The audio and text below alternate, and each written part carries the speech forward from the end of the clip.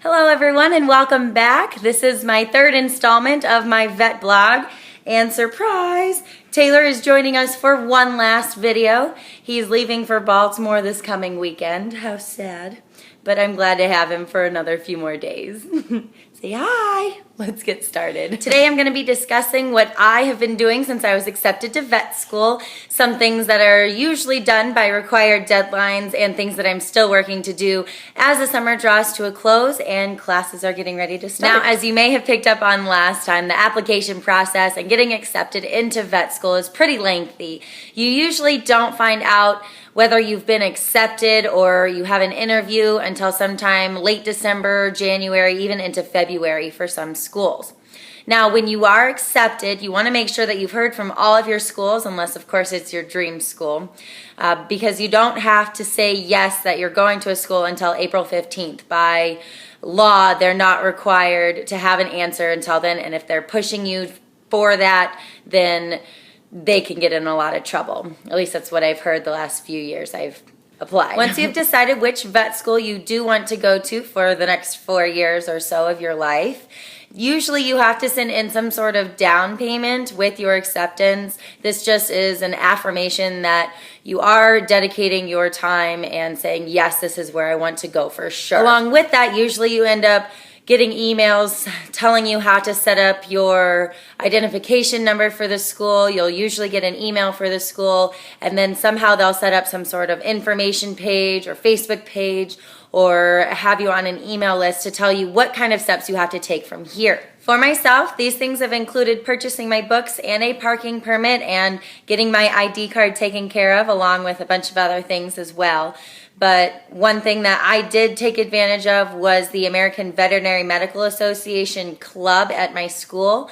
I decided to be a member of that and paid for membership, and then I also got a discount on some things that I will need for class, such as coveralls and boots and a pen light and a hoof pick and all sorts of stuff like that. So I recommend looking into things like that and taking advantage of offers that you'll find there. Another thing that your school will probably have you do is get a series of rabies vaccinations that will prepare you for the school year and for your clinical trials. I start clinicals within my first year at the school that I'm attending, so they're wanting me to have that done before orientation starts, at least the first vaccine, just to kind of get that chain of events rolling in a sense.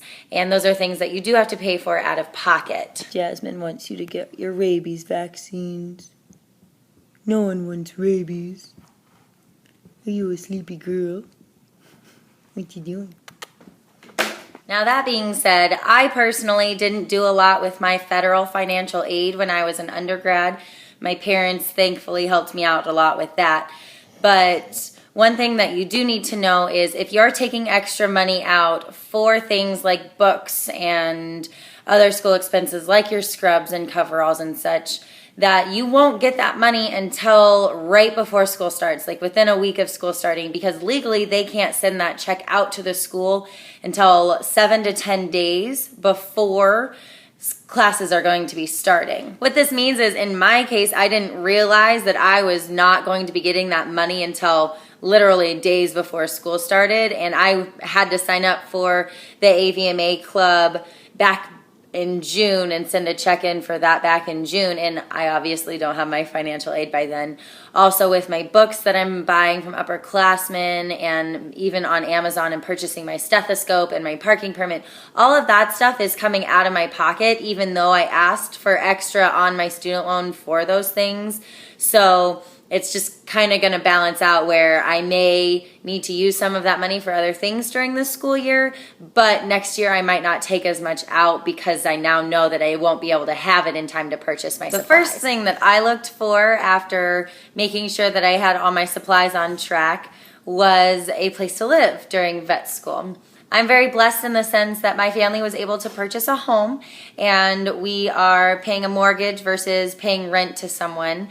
That way I have a place that is solid for me for the next 4 years and my animals as well.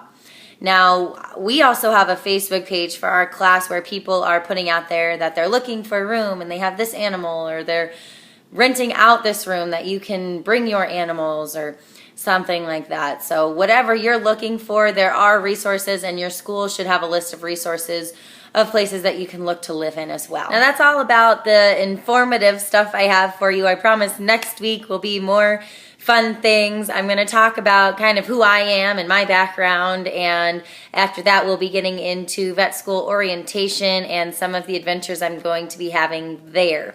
So if you have any questions as far as vet school is concerned, or even pertaining to my own situation, I'm more than willing to share. Give me a shout out, and we'll catch you next time. We've all been sleepy campers today. Say bye, Sam. Say bye, everybody. Bye, Taylor. It's your last video. What are you doing? Your fish is over here. It wants to play with you.